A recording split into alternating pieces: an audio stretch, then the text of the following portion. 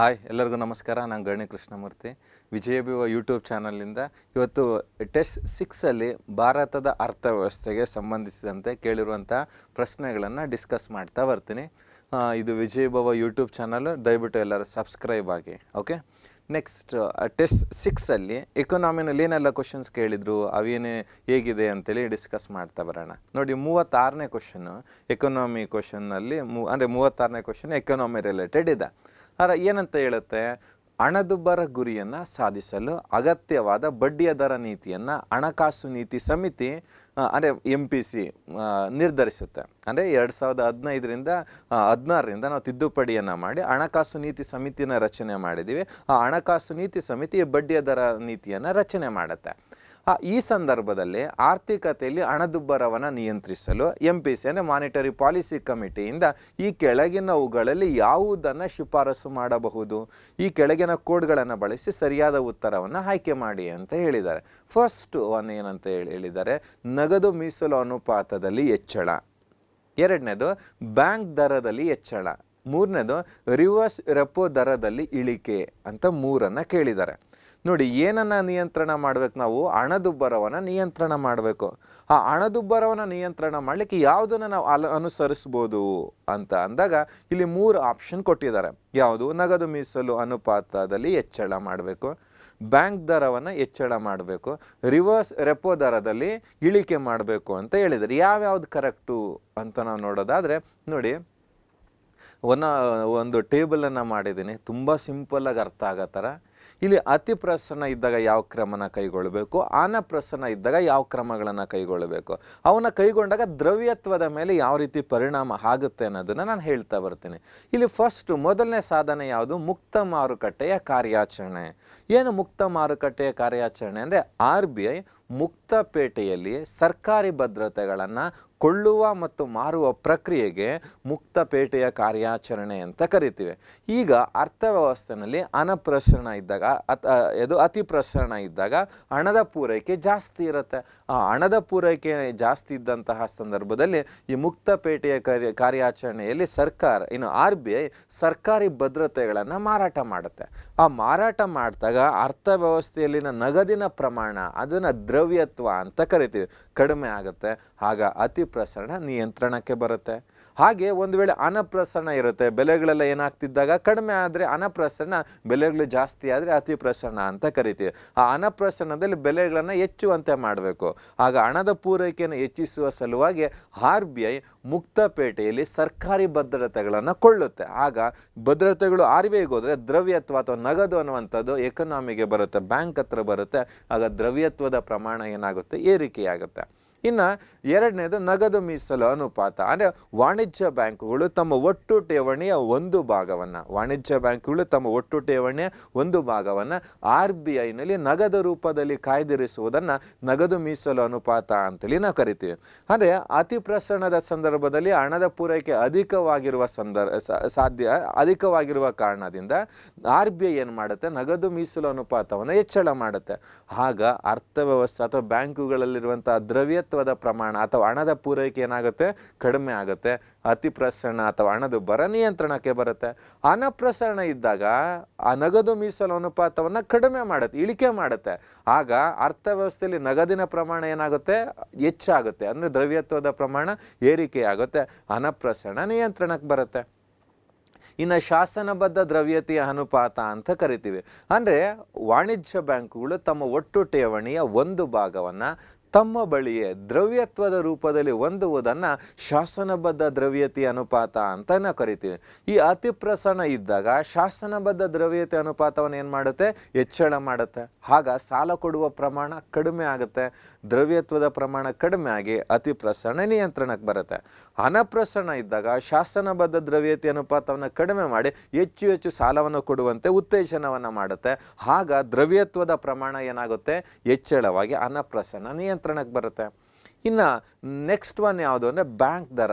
Bank ದರ ಅಂದರೆ R B I ವಾಣಿಜ್ಯ ಬ್ಯಾಂಕುಗಳಲ್ಲಿರುವಂತಹ ಭದ್ರತೆಗಳನ್ನು ಮರು ಒಟ್ಟಾಯಿಸುವ ಮೂಲಕ ನೀಡುವ ದೀರ್ಘಾವಧಿಯ ಸಾಲದ ಮೇಲೆ ವಿಧಿಸುವ ಬಡ್ಡಿಯ ದರವನ್ನು ಬ್ಯಾಂಕ್ ದರ ಅಂತ ನಾವು ಕರಿತೀವಿ. 1934ರ ಭಾರತೀಯ ರಿಸರ್ವ್ ಬ್ಯಾಂಕ್ ಕಾಯ್ದೆಯ ಪ್ರಕಾರ ಆರ್ ಬಿ ಐ ಇದನ್ನು ನಿಗದಿಪಡಿಸುತ್ತೆ ಬ್ಯಾಂಕ್ ದರವನ್ನು.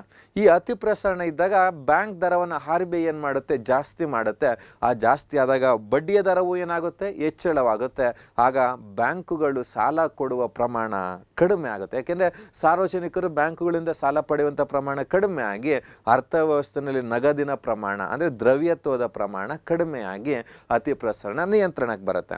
ಇನ್ನು ಅನಪ್ರಸರಣದ ಸಂದರ್ಭದಲ್ಲಿ ಬ್ಯಾಂಕ್ ದರವನ್ನು ಏನು ಮಾಡ್ತಾರೆ, ಕಡಿಮೆ ಮಾಡ್ತಾರೆ. ಕಡಿಮೆ ಮಾಡಿದಾಗ ಬಡ್ಡಿಯ ದರವೂ ಕಡಿಮೆ ಆಗುತ್ತೆ. ಆಗ ಹೆಚ್ಚು ಹೆಚ್ಚು ಸಾಲಗಳು ಕೊಟ್ಟಾಗ ಹಣದ ಪೂರೈಕೆ ಜಾಸ್ತಿ ಆಗುತ್ತೆ, ಅಂದರೆ ದ್ರವ್ಯತ್ವ ಜಾಸ್ತಿ ಆಗುತ್ತೆ, ಹಣಪ್ರಸರಣ ನಿಯಂತ್ರಣಕ್ಕೆ ಬರುತ್ತೆ. ಇನ್ನು ರೆಪೋ ದರ.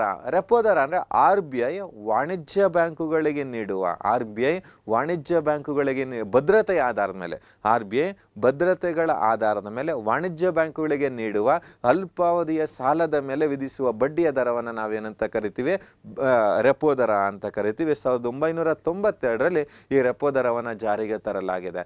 ಈ ರೆಪೋ ದರವನ್ನು ಜಾಸ್ತಿ ಅಂದರೆ ಅತಿ ಪ್ರಸರಣದ ಸಂದರ್ಭದಲ್ಲಿ ಅಥವಾ ಹಣದುಬ್ಬರದ ಸಂದರ್ಭದಲ್ಲಿ ರೆಪೋ ದರವನ್ನು ಜಾಸ್ತಿ ಮಾಡಲಾಗುತ್ತೆ. ಕಾರಣ ಹಣದ ಪೂರೈಕೆ ಏನಾಗಿರುತ್ತೆ, ಜಾಸ್ತಿ ಇರುತ್ತೆ. ಆ ಕಾರಣಕ್ಕೆ ರೆಪೋ ದರವನ್ನು ಏನು ಮಾಡ್ತೀವಿ, ಜಾಸ್ತಿ ಮಾಡ್ತೀವಿ. ಜಾಸ್ತಿ ಮಾಡಿದಾಗ ಯಾವುದು ದ್ರವ್ಯತ್ವ ನಗದಿನ ಪ್ರಮಾಣ ಕಡಿಮೆ ಆಗುತ್ತೆ, ಅತಿ ಪ್ರಸರಣ ನಿಯಂತ್ರಣಕ್ಕೆ ಬರುತ್ತೆ. ಅನಪ್ರಸರಣದ ಸಂದರ್ಭದಲ್ಲಿ ಏನು ಮಾಡ್ತಾರೆ, ರೆಪೋ ರೇಟನ್ನು ಕಡಿಮೆ ಮಾಡ್ತಾರೆ.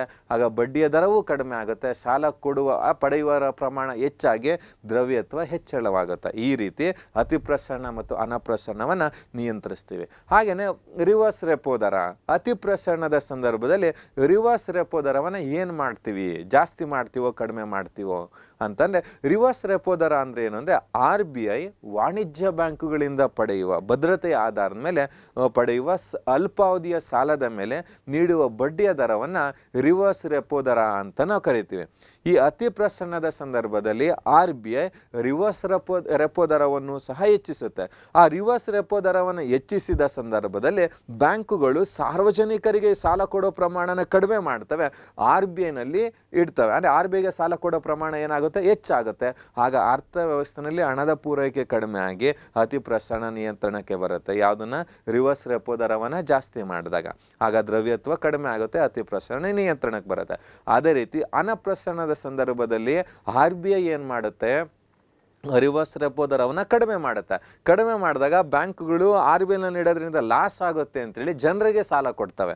ಆಗ ಅರ್ಥವ್ಯವಸ್ಥೆಯಲ್ಲಿ ದ್ರವ್ಯತ್ವದ ಪ್ರಮಾಣ ಏನಾಗುತ್ತೆ, ಹೆಚ್ಚಳವಾಗಿ ಅನಪ್ರಸರಣ ನಿಯಂತ್ರಣಕ್ಕೆ ಬರುತ್ತೆ. ಈ ರೀತಿ ಯಾವುದನ್ನು ರಿವರ್ಸ್ ರೆಪೋ ದರವನ್ನು ಬಳಸ್ತೀವಿ. ಆದರೆ 2022ರಲ್ಲಿ ರಿವರ್ಸ್ ರೆಪೋ ದರವನ್ನು ತೆಗೆದುಹಾಕಿ ಇದರ ಸ್ಥಾನದಲ್ಲಿ ಸೀಮಾಂತ ಠೇವಣಿ ಸೌಲಭ್ಯ ದರ ಅಂತೇಳಿ ತರಲಾಗಿದೆ. ಅಂದರೆ ಇಲ್ಲಿ ಭದ್ರತೆಗಳ ಆಧಾರದ ಮೇಲೆ ಸಾಲ ಡೆಪಾಸಿಟ್ ಮಾಡ್ತಾ ಇದ್ವು ಬ್ಯಾಂಕ್ಗಳು, ಈಗ ಭದ್ರತೆ ರಹಿತವಾಗಿ ಆರ್ ಬಿ ಐನಲ್ಲಿ ಡೆಪಾಸಿಟ್ ಮಾಡ್ತವೆ.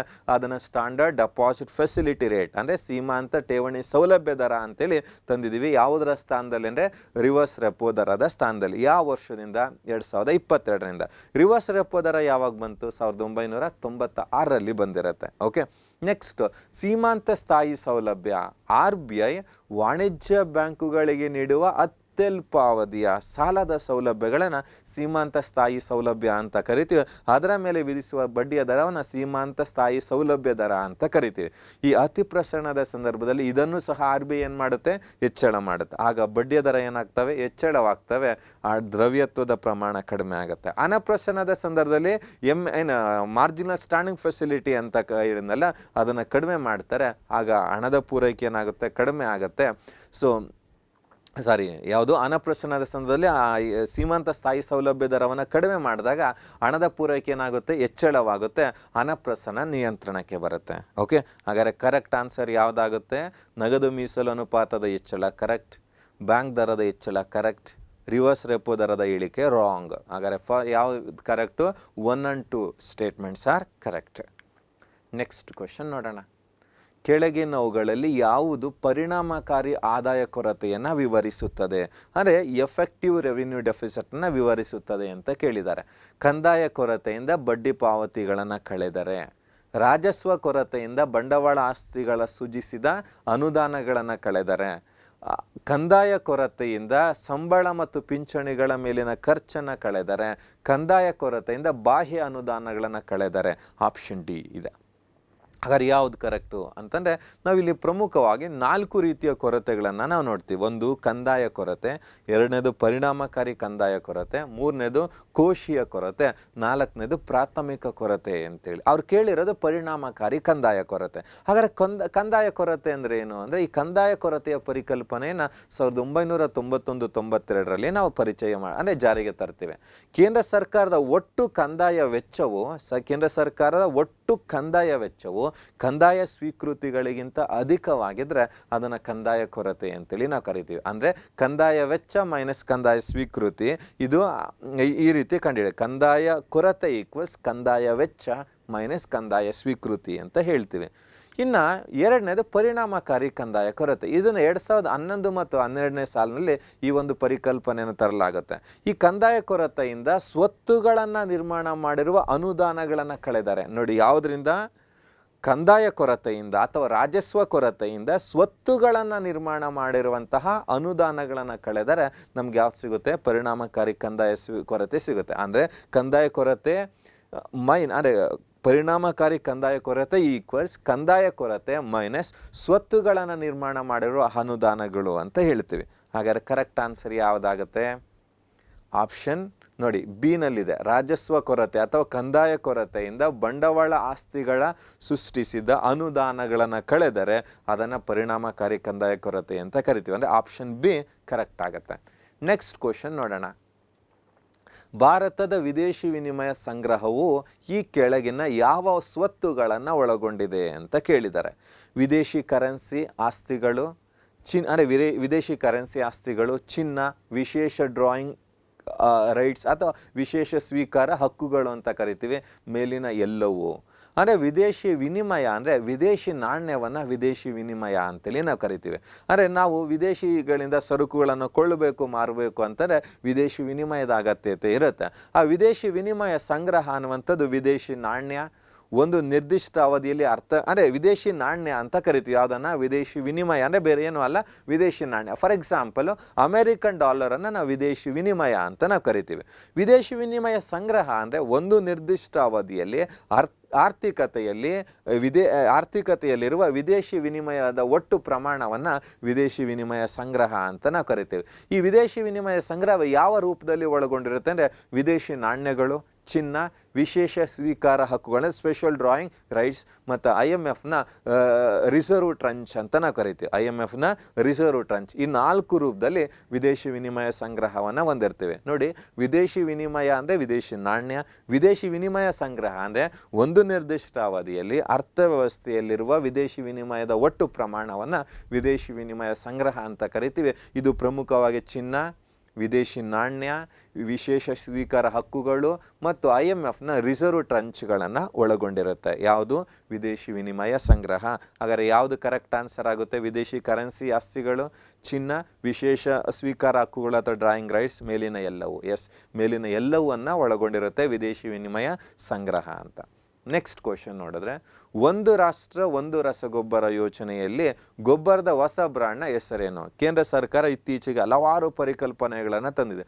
ಒಂದು ರಾಷ್ಟ್ರ ಒಂದು ಚುನಾವಣೆ, ಒಂದು ರಾಷ್ಟ್ರ ಒಂದು ಭಾಷೆ, ಒಂದು ರಾಷ್ಟ್ರ ಒಂದು ತೆರಿಗೆ, ಒಂದು ರಾಷ್ಟ್ರ ಒಂದು ಪಡಿತರ ಚೀಟಿ, ಒಂದು ರಾಷ್ಟ್ರ ಒಂದು ಭಾಷೆ. ಈ ಥರ ಹಲವಾರು ಪರಿಕಲ್ಪನೆಗಳನ್ನು ತಂದಿರೋದ್ರ ಒಟ್ಟಿಗೆ ಹೊಸ ಒಂದು ಪರಿಕಲ್ಪನೆ ತಂದಿದೆ, ಒಂದು ರಾಷ್ಟ್ರ ಒಂದು ರಸಗೊಬ್ಬರ ಯೋಜನೆಯನ್ನು ಜಾರಿಗೆ ತಂದಿದೆ. ಅಲ್ಲಿ ಒಂದು ಬ್ರ್ಯಾಂಡ್ ಅಂತ ಮಾಡಿದ್ದಾರೆ. ಒಂದು ರಾಷ್ಟ್ರ ಒಂದು ರಸಗೊಬ್ಬರ ಯೋಜನೆಯಲ್ಲಿ ಒಂದು ಬ್ರ್ಯಾಂಡ್ ಅಂತ ಮಾಡಿದ್ದಾರೆ. ಆ ಬ್ರ್ಯಾಂಡ್ಗೆ ಕೊಟ್ಟಿರೋ ಹೆಸರೇನು? ಭಾರತ್, ಕಿಸಾನ್, ರೈತು, ವಿಕಾಸ್ ಅಂತ 4 ಆಪ್ಷನ್ ಕೊಟ್ಟಿದ್ದಾರೆ. ಹಾಗಾದ್ರೆ ಯಾವುದು ಕರೆಕ್ಟ್ ಆನ್ಸರು ಅಂತ ಅಂದರೆ ನೋಡಿ, ಒಂದು ರಾಷ್ಟ್ರ ಒಂದು ರಸಗೊಬ್ಬರ ಯೋಜನೆಯನ್ನು ಕೇಂದ್ರ ಸರ್ಕಾರ ಜಾರಿಗೆ ತಂದಿದೆ. ಈ ಒಂದು ಯೋಜನೆಯಲ್ಲಿ ಪೂರೈಕೆ ಮಾಡಲಾಗುವಂತಹ ರಸಗೊಬ್ಬರಕ್ಕೆ ಭಾರತ್ ಅನ್ನುವಂತಹ ಒಂದು ಬ್ರ್ಯಾಂಡ್ ನೇಮನ್ನು ಕೊಟ್ಟಿದ್ದೀವಿ. ಆ ಭಾರತ್ ಬ್ರ್ಯಾಂಡ್ ನೇಮಿನ ಹೆಸರಿನಲ್ಲಿ ರಾಷ್ಟ್ರದಲ್ಲಿ ರಸಗೊಬ್ಬರಗಳನ್ನು ಮಾರುಕಟ್ಟೆ ಮಾಡುವ ಅಥವಾ ಮಾರುಕಟ್ಟೆನಲ್ಲಿ ಮಾರಾಟ ಮಾಡಲಾಗುತ್ತೆ. ಅಂದರೆ ಒಂದು ಬ್ರ್ಯಾಂಡ್ ಅಂತ ಕ್ರಿಯೇಟ್ ಮಾಡಿದ್ದೀವಿ ರಸಗೊಬ್ಬರವನ್ನು. ಯಾವುದರಲ್ಲಿ? ಒಂದು ರಾಷ್ಟ್ರ ಒಂದು ರಸಗೊಬ್ಬರ. ಆ ಬ್ರ್ಯಾಂಡ್ನ ನೇಮ್ ಏನು ಅಂದರೆ ಭಾರತ್ ಅಥವಾ ಭಾರತ್ ಬ್ರಾಂಡ್ ಅಂತ ಮಾಡಿದ್ದೀವಿ. ಅದರಲ್ಲಿ ಯೂರಿಯಾ ಅಂತಂದರೆ ಯೂರಿಯಾ ಭಾರತ್, DAP ಅಂದರೆ DAP ಭಾರತ್, ಅದು ಅಥವಾ Bharat urea, Bharat DAP, Bharat MOP, Bharat NPK, ಈ ಥರ ರಸಗೊಬ್ಬರಗಳು ಬರ್ತಾವಲ್ಲ ಅವೆಲ್ಲವಕ್ಕೂ ಭಾರತ್ ಅನ್ನುವಂಥ ಬ್ರ್ಯಾಂಡ್ನಲ್ಲಿ ನಾವೇನು ಮಾಡ್ತಾ ಇದ್ದೀವಿ, ಸೇಲ್ ಮಾಡ್ತಾ ಇದ್ದೀವಿ ಈ ಒಂದು ರಾಷ್ಟ್ರ ಒಂದು ರಸಗೊಬ್ಬರ ಯೋಜನೆಯಲ್ಲಿ. ಈ ಭಾರತ್ ಈ ಭಾರತ್ ಬ್ರ್ಯಾಂಡ್ನ ಅಡಿಯಲ್ಲಿ ಸಬ್ಸಿಡಿ ಕೊಡುತ್ತಲ್ಲ ಕೇಂದ್ರ ಸರ್ಕಾರ, ಆ ಸಬ್ಸಿಡಿನಲ್ಲಿ ಕೊಡುವಂತಹ ರಸಗೊಬ್ಬರಗಳನ್ನು ಮಾರಾಟ ಮಾಡುವಂಥ ಕಂಪನಿಗಳು ಕಡ್ಡಾಯವಾಗಿ ಈ ಭಾರತ್ ಬ್ರ್ಯಾಂಡ್ ಅನ್ನುವಂಥದ್ದನ್ನು ಭಾರತ್ ಬ್ರ್ಯಾಂಡ್ ಅನ್ನೋದನ್ನು ಅವರು ಕೊಡಬೇಕಾಗಿರುತ್ತೆ ಅಥವಾ ಭಾರತ್ ಬ್ರ್ಯಾಂಡ್ ಅಡಿನಲ್ಲಿ ಮಾರಾಟ ಮಾಡಬೇಕಾಗಿರುತ್ತೆ. ಹಾಗಾದರೆ ಒಂದು ರಾಷ್ಟ್ರ ಒಂದು ರಸಗೊಬ್ಬರ ಅಡಿನಲ್ಲಿ ಸರ್ಕಾರ ಕೊಟ್ಟಿರುವಂಥ ಬ್ರ್ಯಾಂಡ್ ನೇಮ್ ಏನು ಅಂತಂದರೆ Bharat. Okay, yes. Next question ನೋಡೋಣ. ರೈತರ ಕಲ್ಯಾಣಕ್ಕಾಗಿ ಕರ್ನಾಟಕ ರಾಜ್ಯ ಬಜೆಟ್ 2022-23 ಕೃಷಿ ಯಂತ್ರಗಳಿಗೆ ಜೋಡಿಸಲಾದ ಇಂಧನ ವೆಚ್ಚದ ಹೊರೆಯನ್ನು ಕಡಿಮೆ ಮಾಡಲು ರಾಜ್ಯ ಡೀಸೆಲ್ ಸಬ್ಸಿಡಿಯನ್ನು ಘೋಷಿಸಿತು. ಎಕರೆಗೆ ಎಷ್ಟು ಸಹಾಯಧನ ನೀಡಲಾಗ್ತಾ ಇದೆ ಅಂದರೆ ಇವತ್ತು ಕೃಷಿ ಯಂತ್ರಧಾರೆ ಅನ್ನುವಂತಹ ಮೂಲಕ ಸರ್ಕಾರ ಅಂದರೆ ರಾಜ್ಯ ಸರ್ಕಾರ ರೈತರಿಗೆ ಅಗತ್ಯವಿರುವಂಥ ಕೃಷಿ ಯಂತ್ರೋಪಕರಣಗಳನ್ನು ಪೂರೈಕೆ ಮಾಡ್ತಾ ಇದೆ. ಇಂತಹ ಸಂದರ್ಭದಲ್ಲಿ ಡೀಸೆಲ್ನ ಬೆಲೆ ತೀವ್ರಗತಿಯಿಂದ ಹೆಚ್ಚಳವಾಗುತ್ತಿರುವಂತಹ ಹಿನ್ನೆಲೆಯಲ್ಲಿ ಅದರ ಹೊರೆಯನ್ನು ರೈತರಿಗೆ ಕಡಿಮೆ ಮಾಡಬೇಕು ಅಂತ ಹೇಳ್ಬಿಟ್ಟು ಪ್ರತಿ ಎಕರೆಗೆ 250 ರೂಪಾಯಿಯನ್ನು ಕೊಡ್ತಾ ಇದ್ದಾರೆ. ಓಕೆ, ಹಾಗಾದ್ರೆ ಆಪ್ಷನ್ ಯಾವ್ದು ಕರೆಕ್ಟ್ ಆಗುತ್ತೆ? ಆಪ್ಷನ್ ಬಿ, ಅಂದರೆ 250 ರೂಗಳನ್ನು ಪ್ರತಿ ಎಕರೆಗೆ ಡೀಸೆಲ್ಗೆ ಸಬ್ಸಿಡಿ ಅಂತೇಳಿ ರಾಜ್ಯ ಸರ್ಕಾರ ಕೊಡ್ತಾ ಇದೆ. ರೈತರಿಗೆ ಆ ಡೀಸೆಲ್ನ ಹೊರೆಯನ್ನು ಕಡಿಮೆ ಮಾಡಬೇಕು ಅನ್ನುವಂಥದ್ದು ಇದರ ಉದ್ದೇಶ ಆಗಿರುತ್ತೆ. ಇನ್ನು ನೆಕ್ಸ್ಟ್ ಒನ್ನ ನಾವು ನೋಡೋದಾದರೆ, ಭಾರತದಲ್ಲಿ ಯಾವ ವರ್ಷವನ್ನು ಜನಸಂಖ್ಯೆಯ ಮಹಾ ಇಬ್ಬಾಗದ ವರ್ಷವೆಂದು ಪರಿಗಣಿಸಲಾಗಿದೆ? 1911, 1921, 1931, 1971. ಇಲ್ಲಿ ಯಾವ ವರ್ಷವನ್ನು ಮಹಾ ಇಬ್ಬಾಗದ ವರ್ಷವೆಂದು ಪರಿಗಣಿಸಲಾಗಿದೆ ಅಂತ ಪ್ರಶ್ನೆ ಕೇಳಿದ್ದಾರೆ. ನೋಡಿ, ಭಾರತದಲ್ಲಿ ಜನಗಣತಿಯನ್ನು ಪ್ರಾರಂಭ ಮಾಡಿದ್ದು 1872ರಲ್ಲಿ. ಭಾರತದ ಮೊದಲ ಜನಗಣತಿ ಯಾವುದಂದರೆ 1872ರ ಜನಗಣತಿ ಅಂದರೆ ಭಾರತದ ಮೊದಲ ಜನಗಣತಿ. ಆದರೆ ಸ್ವತಂತ್ರ ಭಾರತದ ಮೊದಲ ಜನಗಣತಿ ಯಾವುದಂದರೆ 1951.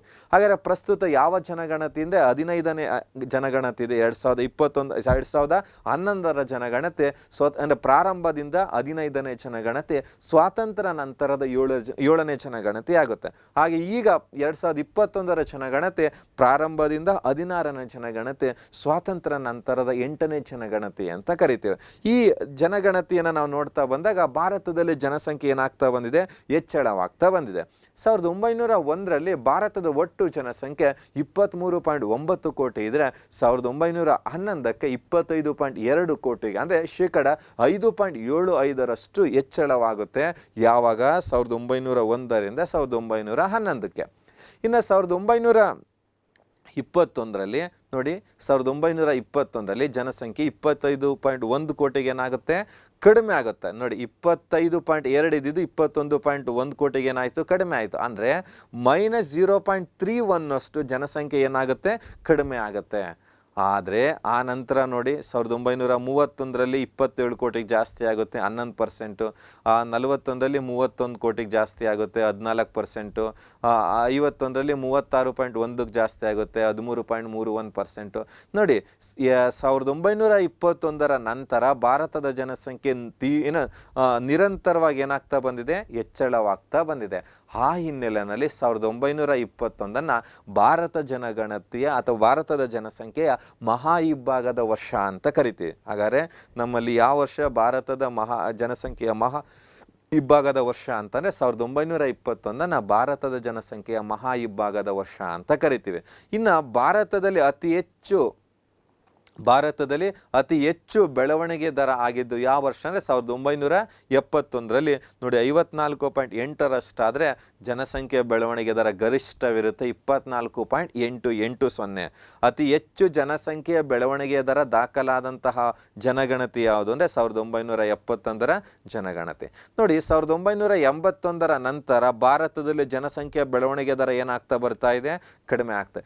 ಜನಸಂಖ್ಯೆ ಜಾಸ್ತಿ ಆಗ್ತಾ ಇದೆ, ಆದರೆ ಅದರ ಸ್ಪೀಡ್ ಹೆಚ್ಚಾಗುವಂತಹ ಸ್ಪೀಡ್ ಏನಾಗ್ತಾ ಬರ್ತಾ ಇದೆ, ಕಡಿಮೆ ಆಗ್ತಾ ಇದೆ. 2011ರ ಜನಗಣತಿಯ ಪ್ರಕಾರ ಭಾರತದ ಜನಸಂಖ್ಯೆಯ ಬೆಳವಣಿಗೆ ದರ 17.70 ಅಂತೇಳಿ ನಾವು ಕರಿತೀವಿ. ಓಕೆ, ಹಾಗಾದ್ರೆ ಯಾವ ವರ್ಷವನ್ನ ಭಾರತದ ಜನಸಂಖ್ಯೆಯ ಮಹಾವಿಭಾಗದ ವರ್ಷ ಅಂತ ಕರಿತೀವಿ ಅಂದ್ರೆ 1921. ಕಾರಣ ಏನು ಅಂದ್ರೆ 1921ಕ್ಕಿಂತ ಮುಂಚೆ ಭಾರತದಲ್ಲಿ ಜನಸಂಖ್ಯೆ ಏರು ಇಳಿತಗಳಾಗ್ತಾ ಇತ್ತು. ಆದರೆ 1921ರ ನಂತರ ನಿರಂತರವಾಗಿ ಏನಾಗಿದೆ, ಹೆಚ್ಚಳವಾಗಿದೆ. ಆ ಹಿನ್ನೆಲೆಯಲ್ಲಿ 1921 ಭಾರತದ ಜನಸಂಖ್ಯೆಯ ಮಹಾವಿಭಾಗದ ವರ್ಷ ಅಂತ ಕರಿತೀವಿ. ಓಕೆ, ಹಾಗಾದ್ರೆ ಯಾವ ವರ್ಷ ಅಥವಾ ಯಾವ ಜನಗಣತಿಯಲ್ಲಿ ಭಾರತದ ಜನಸಂಖ್ಯೆ ಋಣಾತ್ಮಕ ಬೆಳವಣಿಗೆಯನ್ನು ದಾಖಲು ಮಾಡ್ತು ಅಂದರೆ 1921ರಲ್ಲಿ ಭಾರತದಲ್ಲಿ ಋಣಾತ್ಮಕ ಬೆಳವಣಿಗೆ ಆಗುತ್ತೆ. ಓಕೆ, ಹಾಗಾದರೆ ಆನ್ಸರ್ ಯಾವುದಾಗುತ್ತೆ? 1921 ಭಾರತದ ಜನಸಂಖ್ಯೆಯ ಮಹಾವಿಭಾಗದ ವರ್ಷ ಅಂತ ಕರಿತೀವಿ. ನೆಕ್ಸ್ಟ್ ಕ್ವಶನ್ ನೋಡೋದಾದರೆ, ಕೆಳಗಿನವುಗಳಲ್ಲಿ ಯಾವುದು ವಿಶ್ವ ವ್ಯಾಪಾರ ಸಂಸ್ಥೆಯ ಅಥವಾ ಸಂಘಟನೆಯ ಪ್ರಧಾನ ಕಚೇರಿಯಾಗಿದೆ? ನ್ಯೂಯಾರ್ಕ್, ಜಿನಿವಾ, ಮ್ಯಾಡ್ರಿಡ್, ಪ್ಯಾರಿಸ್ ಅಂತ 4 ಆಪ್ಷನ್ ಕೊಟ್ಟಿದ್ದಾರೆ. ಹಾಗಾದರೆ ಯಾವುದು ವಿಶ್ವ ವ್ಯಾಪಾರ ಸಂಘಟನೆ ಅಂದರೆ ವರ್ಲ್ಡ್ ಟ್ರೇಡ್ ಆರ್ಗನೈಜೇಷನ್ ಅನ್ನುವಂಥದ್ದು ಗ್ಯಾಟ್ನ ಸ್ಥಾನದಲ್ಲಿ ಸ್ಥಾಪನೆ ಆಗುತ್ತೆ. ಅಂದರೆ general agreement on tariff and ಟ್ರೇಡ್ನ ಉರುಗ್ವೆ ಸುತ್ತಿನ ಮಾತುಕತೆಯ ಫಲವಾಗಿ ವಿಶ್ವ ವ್ಯಾಪಾರ ಸಂಘಟನೆ ಸ್ಥಾಪನೆ ಆಗುತ್ತೆ. ಯಾವಾಗ ಸ್ಥಾಪನೆ ಆಗುತ್ತೆ ಅಂದರೆ ಜನವರಿ 1, 1995ರಂದು ಸ್ಥಾಪನೆ ಆಗುತ್ತೆ. ಭಾರತವು ಸಂಸ್ಥಾಪಕ ಸದಸ್ಯ ರಾಷ್ಟ್ರವಾಗಿದೆ ಯಾವುದಕ್ಕೆ? ವಿಶ್ವ ವ್ಯಾಪಾರ ಸಂಘಟನೆಗೆ. ಇದರ ಕೇಂದ್ರ ಕಚೇರಿ ಸ್ವಿಟ್ಜರ್ಲ್ಯಾಂಡ್ನ ಜಿನಿವಾದಲ್ಲಿದೆ. ಯಾವುದರ? ವಿಶ್ವ ಬ್ಯಾಂಕಿನ ಕೇಂದ್ರ, ವಿಶ್ವ ವ್ಯಾಪಾರ ಸಂಘಟನೆಯ, ವಿಶ್ವ ಬ್ಯಾಂಕ್ ಅಲ್ಲ, WTO ಅಂತ ನಾವೇನು ಕರಿತೀವಲ್ಲ, ವಿಶ್ವ ವ್ಯಾಪಾರ ಸಂಘಟನೆಯ ಕೇಂದ್ರ ಕಚೇರಿ ಸ್ವಿಟ್ಜರ್ಲ್ಯಾಂಡ್ನ ಜಿನಿವಾದಲ್ಲಿದೆ. ಅದು ಒಟ್ಟು ಸದಸ್ಯ ರಾಷ್ಟ್ರಗಳ ಸಂಖ್ಯೆ 164 ಇದೆ. ಅಫ್ಘಾನಿಸ್ತಾನ ಅನ್ನುವಂಥದ್ದು 164ನೇ ರಾಷ್ಟ್ರವಾಗಿ ಸದಸ್ಯತ್ವವನ್ನು ಪಡೆದಿದೆ. ಈ ಉರುಗ್ವೆ ಸುತ್ತಿನ ಮಾತುಕತೆಯ ಫಲವಾಗಿ ಗ್ಯಾಟ್ ಅನ್ನುವಂಥದ್ದು WTO ಆಗಿ ಪರಿವರ್ತನೆ ಆಗುತ್ತೆ. ಅಂದರೆ WTO ವಿಶ್ವ ವ್ಯಾಪಾರ ಸಂಘಟನೆಯು ಉರುಗ್ವೆ ಸುತ್ತಿನ ಮಾತುಕತೆಯ ಫಲವಾಗಿ ಸ್ಥಾಪನೆ ಆಗಿದೆ. ಇದರ ಒಟ್ಟು ಸದಸ್ಯರ ಸಂಖ್ಯೆ 164. ಇದನ್ನು ಅಂತಾರಾಷ್ಟ್ರೀಯ ವ್ಯಾಪಾರದ ಕಾವಲು ನಾಯಿ ಅಂತೇಳಿ ಕರಿತೀವಿ. ಇದರ ಪ್ರಮುಖ ಉದ್ದೇಶ ಸದಸ್ಯ ರಾಷ್ಟ್ರಗಳ ನಡುವೆ ವ್ಯಾಪಾರಿ ನಿರ್ಬಂಧಗಳನ್ನು ತೆರವುಗೊಳಿಸುವ ಮೂಲಕ ಸದಸ್ಯ ರಾಷ್ಟ್ರಗಳ ನಡುವೆ ಮುಕ್ತ ವ್ಯಾಪಾರವನ್ನು ಉತ್ತೇಜಿಸುವಂಥದ್ದು ಈ ವಿಶ್ವ ವ್ಯಾಪಾರ ಸಂಘಟನೆಯ ಪ್ರಮುಖ ಉದ್ದೇಶವಾಗಿರುತ್ತೆ. ಓಕೆ, ಹಾಗಾದರೆ ಕೇಳಿರುವ ಪ್ರಶ್ನೆ ಯಾವುದು? ಈ ಕೆಳಗಿನವುಗಳಲ್ಲಿ ಯಾವುದು ವಿಶ್ವ ವ್ಯಾಪಾರ ಸಂಸ್ಥೆಯ ಪ್ರಧಾನ ಕಚೇರಿಯಾಗಿದೆ? ಸ್ವಿಟ್ಜರ್ಲ್ಯಾಂಡ್ನ ಜಿನಿವಾ.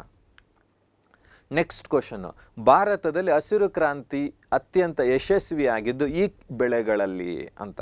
ಅಂದರೆ ಹಸಿರು ಕ್ರಾಂತಿ ಯಾವ ಬೆಳೆಗಳಲ್ಲಿ ಯಶಸ್ವಿ ಆಯಿತು ಅಂತ? ಗೋಧಿ ಮತ್ತು ಆಲೂಗೆಡ್ಡೆ, ಗೋಧಿ ಮತ್ತು ಅಕ್ಕಿ, ಅಕ್ಕಿ ಮತ್ತು ಆಲೂಗೆಡ್ಡೆ, ಚಹಾ ಮತ್ತು ಕಾಫಿ. ಯಾವುದರಲ್ಲಿ ಭಾರತದಲ್ಲಿ ಹಸಿರು ಕ್ರಾಂತಿ ಯಶಸ್ವಿ ಆಯಿತು ಅಂತ ನಾವು ನೋಡಿದ್ರೆ, ಆಹಾರ ಧಾನ್ಯಗಳ ಉತ್ಪಾದನೆಯಲ್ಲಿ ಆದಂತಹ ತೀವ್ರಗತಿಯ ಹೆಚ್ಚಳವನ್ನು ಹಸಿರು ಕ್ರಾಂತಿ ಅಂತ ನಾವು ಕರಿತೀವಿ.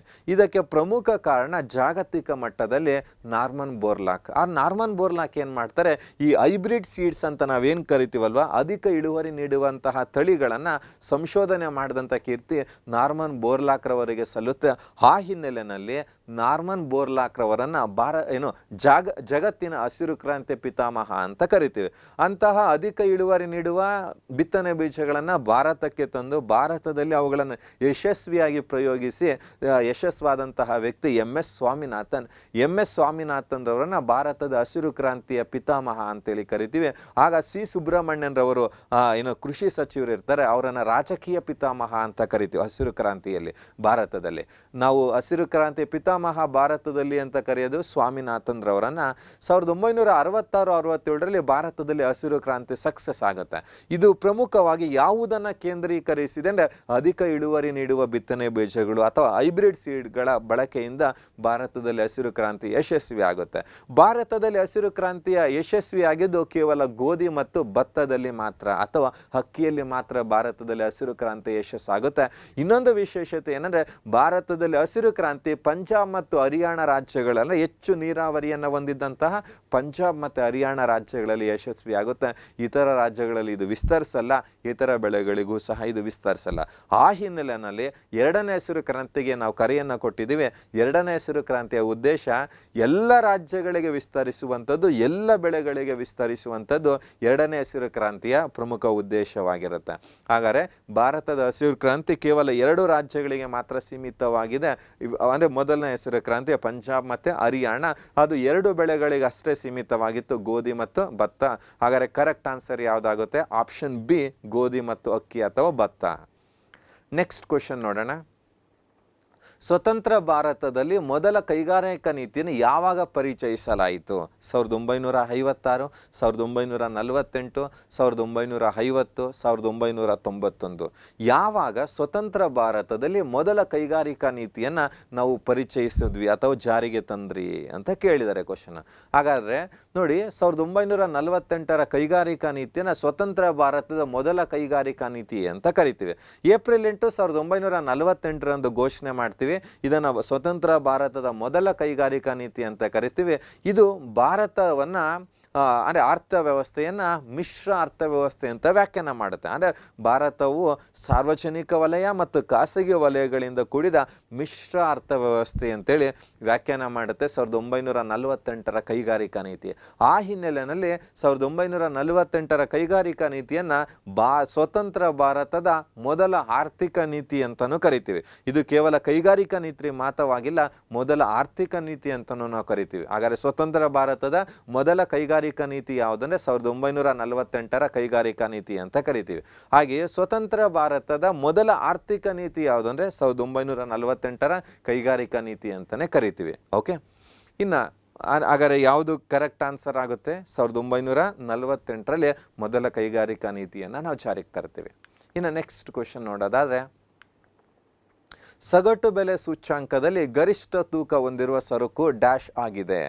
ಆಹಾರ ಪದಾರ್ಥಗಳು, ತಯಾರಿಕಾ ಉತ್ಪನ್ನಗಳು, ಇಂಧನ ಮತ್ತು ಶಕ್ತಿ, ಮೇಲಿನ ಯಾವುದು ಅಲ್ಲ. ಯಾವುದು ಇಲ್ಲಿ ಕೇಳಿರುವಂಥದ್ದು? ಗ್ರಾಹಕ ಬೆಲೆ ಸೂಚ್ಯಾಂಕವೋ ಅಥವಾ ಸಗಟು ಬೆಲೆ ಸೂಚ್ಯಾಂಕವೋ ಅಂತಂದರೆ ಇಲ್ಲಿ ಕೇಳಿರುವಂಥ ಪ್ರಶ್ನೆ ಸಗಟು ಬೆಲೆ ಸೂಚ್ಯಾಂಕ.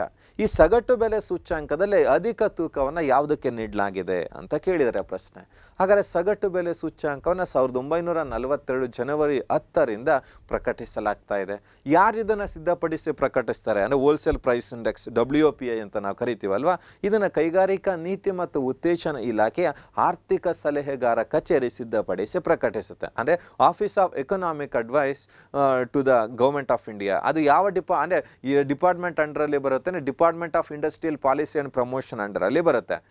ಇದು ಸಗಟು ಬೆಲೆ ಸೂಚ್ಯಾಂಕವನ್ನು ಮೂಲ ವರ್ಷ ಮತ್ತು ಸರಕುಗಳ ಸಂಯೋಜನೆಯಲ್ಲಿ ಆಗಾಗ ಬದಲಾವಣೆಯನ್ನು ನಾವು ಮಾಡ್ತಾ ಇರ್ತೀವಿ. ಪ್ರಸ್ತುತ ಮೂಲ ವರ್ಷ ಯಾವುದನ್ನು ಬಳಸ್ತಾ ಇದ್ದೀವಿ ಅಂದರೆ 2011 ಮತ್ತು 2012 ಮೂಲ ವರ್ಷವನ್ನಾಗಿ ಬಳಸಿ ಈ ಸಗಟು ಬೆಲೆ ಸೂಚ್ಯಾಂಕವನ್ನು ಸಿದ್ಧಪಡಿಸಿ ಪ್ರಕಟಿಸ್ತೀವಿ. ಹಾಗಾದರೆ ಈ ಸಗಟು ಬೆಲೆ ಸೂಚ್ಯಾಂಕದಲ್ಲಿ ಸರಕುಗಳ ಬುಟ್ಟಿ ಆಧಾರದ ಮೇಲೆ ಸಿದ್ಧಪಡಿಸಿ ಪ್ರಕಟಿಸಲಾಗುತ್ತೆ. ಆ ಸರಕುಗಳ ಬುಟ್ಟಿಯನ್ನು 3 ಭಾಗಗಳಾಗಿ ವರ್ಗೀಕರಣ ಮಾಡಿದೆ. ಯಾವುದು 3 ಭಾಗ ಅಂದರೆ ಪ್ರಾಥಮಿಕ ಸರಕುಗಳು, ಇಂಧನ ಮತ್ತು ಶಕ್ತಿ, ತಯಾರಿಕಾ ಸರಕುಗಳು ಅಂತ ಹೇಳ್ಬಿಟ್ಟು ಗಳು ಅಂತ ಆಗಿದೆ. ತಯಾರಿಕಾ ಸರಕುಗಳು ಅಂತ. ಈ ಪ್ರಾಥಮಿಕ ಸರಕುಗಳ ಸಂಖ್ಯೆ ಎಷ್ಟು ಇದೆ ಅಂದರೆ 117 ಇದ್ದರೆ ಇಂಧನ ಮತ್ತು ಶಕ್ತಿ 16 ಸರಕುಗಳನ್ನು ಆಯ್ಕೆ ಮಾಡಿದೆ. ಈ ತಯಾರಿಕಾ ಸರಕುಗಳು 564 ಸರಕುಗಳನ್ನು ಆಯ್ಕೆ ಮಾಡಿದೆ. ಯಾವುದರಲ್ಲಿ? ತಯಾರಿಕಾ ಸರಕುಗಳು ಅಂದರೆ 3 ಭಾಗಗಳಾಗಿ ವರ್ಗೀಕರಣ ಮಾಡಿದೆ. ಹಾಗಾದರೆ ಪ್ರಾಥಮಿಕ ಸರಕುಗಳಿಗೆ ಎಷ್ಟು ತೂಕವನ್ನು ಕೊಟ್ಟಿದ್ದೀವಿ? 22.62. ಇಂಧನ ಮತ್ತು ಶಕ್ತಿಗೆ 13.15. ತಯಾರಿಕಾ ಸರಕುಗಳಿಗೆ 64.23. ಹಾಗಾದರೆ ಅತಿ ಹೆಚ್ಚು ತೂಕವನ್ನು ಕೊಟ್ಟಿರುವಂಥದ್ದು ಸಗಟು ಬೆಲೆ ಸೂಚ್ಯಾಂಕದಲ್ಲಿ ಯಾವುದಕ್ಕೆ ಅಂತ ಅಂದರೆ ತಯಾರಿಕಾ ಸರಕುಗಳಿಗೆ. ಹಾಗಾದರೆ ನಮ್ಮ ಆಪ್ಷನ್ ಯಾವುದು ಕರೆಕ್ಟ್ ಆಗುತ್ತೆ? ಆಹಾರ ಪದಾರ್ಥಗಳು, ತಯಾರಿಸಿದ ಉತ್ಪನ್ನಗಳು, ಇಂಧನ ಮತ್ತು ಶಕ್ತಿ, ಮೇಲಿನ ಯಾವುದು ಅಲ್ಲ. ಅಂದರೆ ಆಪ್ಷನ್ ಬಿ, ತಯಾರಿಕಾ ಉತ್ಪನ್ನಗಳಿಗೆ ಅಧಿಕ ತೂಕವನ್ನು ನಾವು ಕೊಡಲಾಗಿದೆ. ಅದೇ ಗ್ರಾಹಕ ಬೆಲೆ ಸೂಚ್ಯಾಂಕದಲ್ಲಿ ಅಧಿಕ ತೂಕವನ್ನು ಆಹಾರ ಪದಾರ್ಥಗಳಿಗೆ ನೀಡಲಾಗಿದೆ. ಓಕೆ, ಇವಿಷ್ಟು ಟೆಸ್ಟ್ 6ಅಲ್ಲಿ ಭಾರತದ ಅರ್ಥವ್ಯವಸ್ಥೆಗೆ ಸಂಬಂಧಿಸಿದಂತೆ ಕೇಳಿರುವಂತಹ ಪ್ರಮುಖ ಪ್ರಶ್ನೆಗಳು. ಧನ್ಯವಾದ. Thank you.